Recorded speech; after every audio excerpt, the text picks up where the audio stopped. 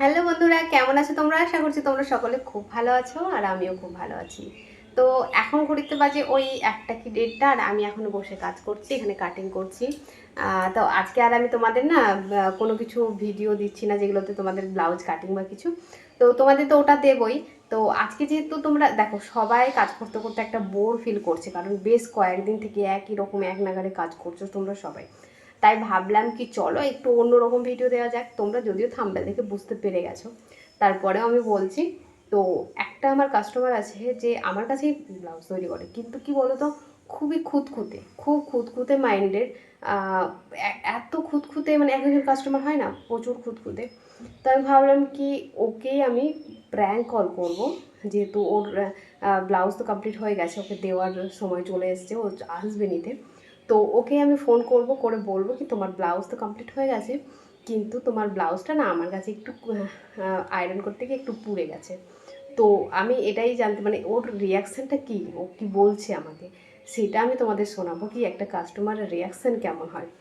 হতেই পারে না, কাজ করতে করতে এরকম প্রবলেম অনেকের হয়েছে, আমার সাথেও হয়েছিল অনেক আগে। এখন কিন্তু হয়নি, জাস্ট আমি প্র্যাঙ্ক করবো, মানে খুব বলবো ওর রিয়াকশানটা কেমন সেটা আমি জানতে চাইবো। তো ভিডিওটার সঙ্গে থাকো, পুরো ভিডিওটা দেখো কি বলছে। মানে গালাগালি দিচ্ছে কিনা সেটাও দেখো, অবশ্যই রাগ হলে তো মানুষের মাথা ঠিক থাকে না।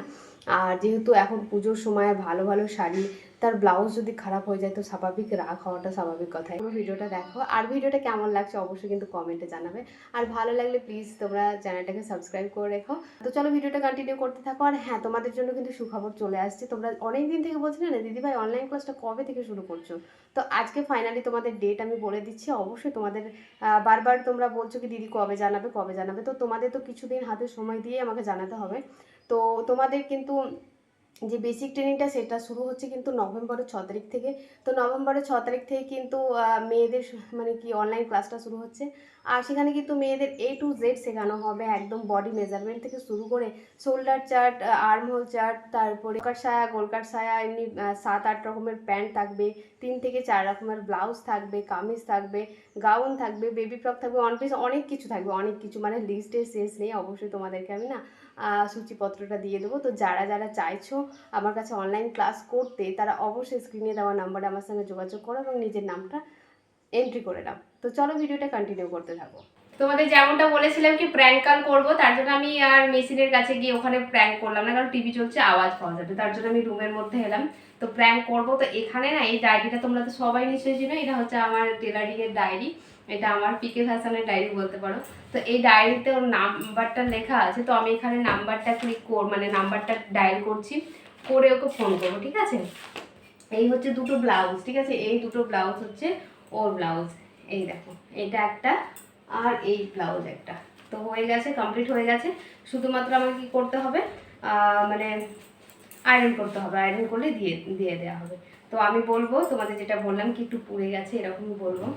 তো এই হচ্ছে ব্লাউজ দুটো। তো চলো ফোন করা যাক। এখানে আমি নাম্বারটা সেভ করা আছে, ঠিক আছে। তো আমি নাম্বারটা সেভ করা আছে, তবু আমি এখানে তোমাদের নাম্বারটা দেখাচ্ছি, এখানে নাম্বারটা লেখা আছে, আর আমার এখানে নাম্বারটা কিন্তু সেভ করা আছে, যেহেতু এটা আমার রেগুলার কাস্টমার, ডেলি কাজ করে, আমাকে দিয়ে কাজ করে, কিন্তু খুবই খুঁতখুঁতে। তো চলো ফোন করা যাক। আমি স্পিকারটা বাড়িয়ে দিচ্ছি।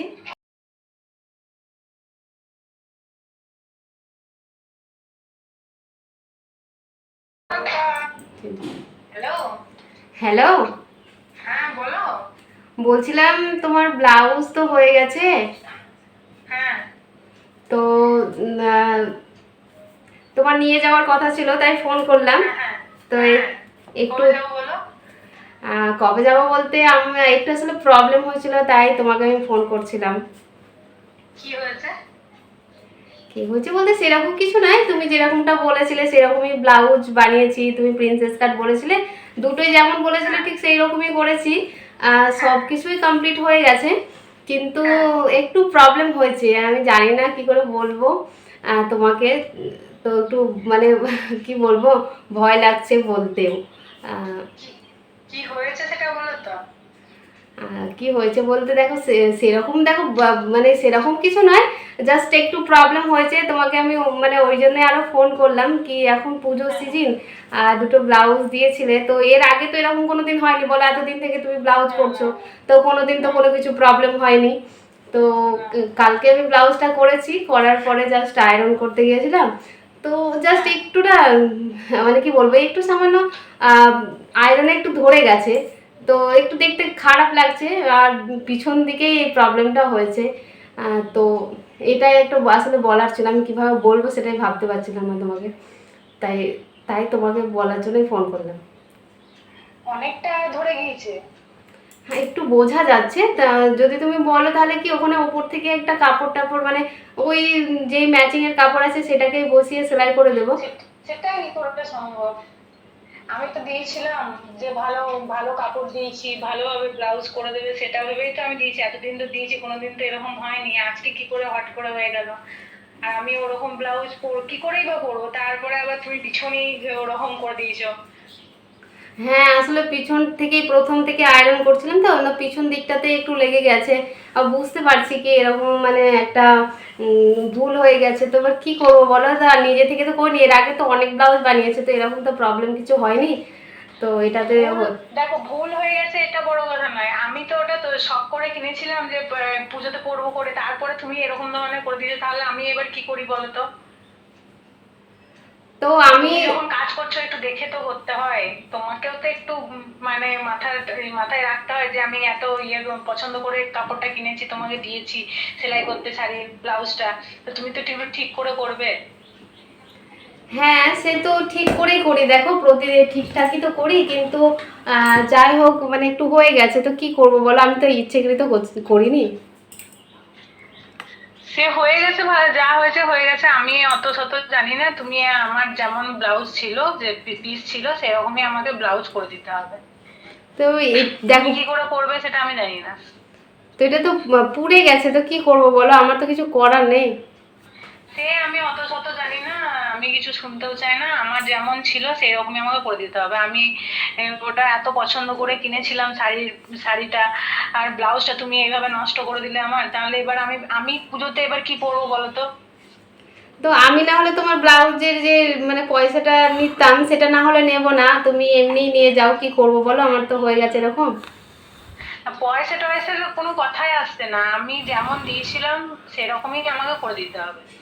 পয়সার এখানে কোনো প্রশ্নই উঠছে না, পয়সা দিলে তো আমি আর ওই পিসটা পেয়ে যাব না।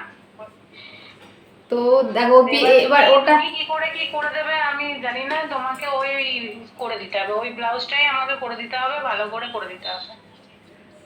তো দেখো ওই পিসটা কি করে পাবো, ওই সেম শাড়ি না হলে তো ওটা তো কিনেও পাওয়া যাবে না ওরকম পিস, তাহলে কি করে বানাবো বলো।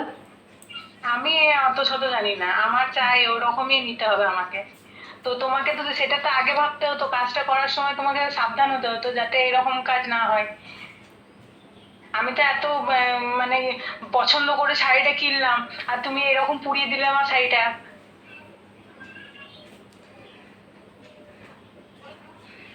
আমি অত শত জানি না, তুমি আমাকে ওই ব্লাউজই করে দেবে, আমি জানি না কোথা থেকে করে দেবে তুমি। দেখো তো রাগ আমি রাগ নিয়ে যাবো না। রাগ করো না, রাগ করছো কেন, কারণ আমি তো দেখো আমি তো নিজে ইচ্ছাকৃত করিনি, হয়ে গেছে। সে ঠিক আছে, তুমি ইচ্ছাকৃত করনি না করেছো আমার অত জেনে লাভ নেই, আমি যেটা বললাম আমার ওই ওই শাড়ির ওই ব্লাউজই চাই। আমি অন্য কোনো ব্লাউজ দেখবো না, নেবো পরবো না অন্য কোনো ব্লাউজের সাথে, তুমি ওই ব্লাউজটাই আমাকে ঠিক করে দেবে, কি অন্য পিস নিয়ে এসে করে দেবে, আমার জেনে লাভ নেই, কিন্তু আমার ওরকমই চাই। তো ওই শাড়ি যেটা আছে সেই শাড়িটার তোমার দাম কত নিয়েছিল, তাহলে তো আমাকে ওই শাড়িটার মানে টাকাটা দিয়ে দিতে হয়, কারণ আমি তো ওই সেম ব্লাউজ পাবো না বলো, এরকম সেম পিস তো আর পাবো না। না ও, আমি শাড়ির দাম নিয়ে কেন, শাড়ির দামটা এখানে আসছে ওদের থেকে, তুমি ব্লাউজটা খারাপ করেছো, ব্লাউজটা আমার ঠিক করে দেবে, এটাই হচ্ছে আমার কথা। মানে শাড়ির দাম কত কি অত কি এগুলো কি কেন আসবে? আর আমি টাকা পয়সা হচ্ছে কোথায়, টাকা পয়সার সাথে তো সঙ্গ নয়, আমি শাড়িটা পছন্দ করে কিনেছিলাম, আর তুমি আজকে বলছো টাকা দিয়ে দেবো, এটা তো কোনো কথার মতো কথা বলছো না। মানে কোনো মতেই তুমি মানবে না, তাই তো, মানে না, কোনো উপায় নেই, আমার আমার কিছু উপায় নেই, এতদিন থেকে কাজ করছো তুমি আমার কাছে, একটা না হলে ভুল হয়েছে, তাতে কি ক্ষমা দেওয়া যায় না। আমি এত পছন্দ করে কিনেছি, ওটাই সব থেকে ভালো শাড়ি ছিল আমার, আর তুমি এরকম করে দিলে।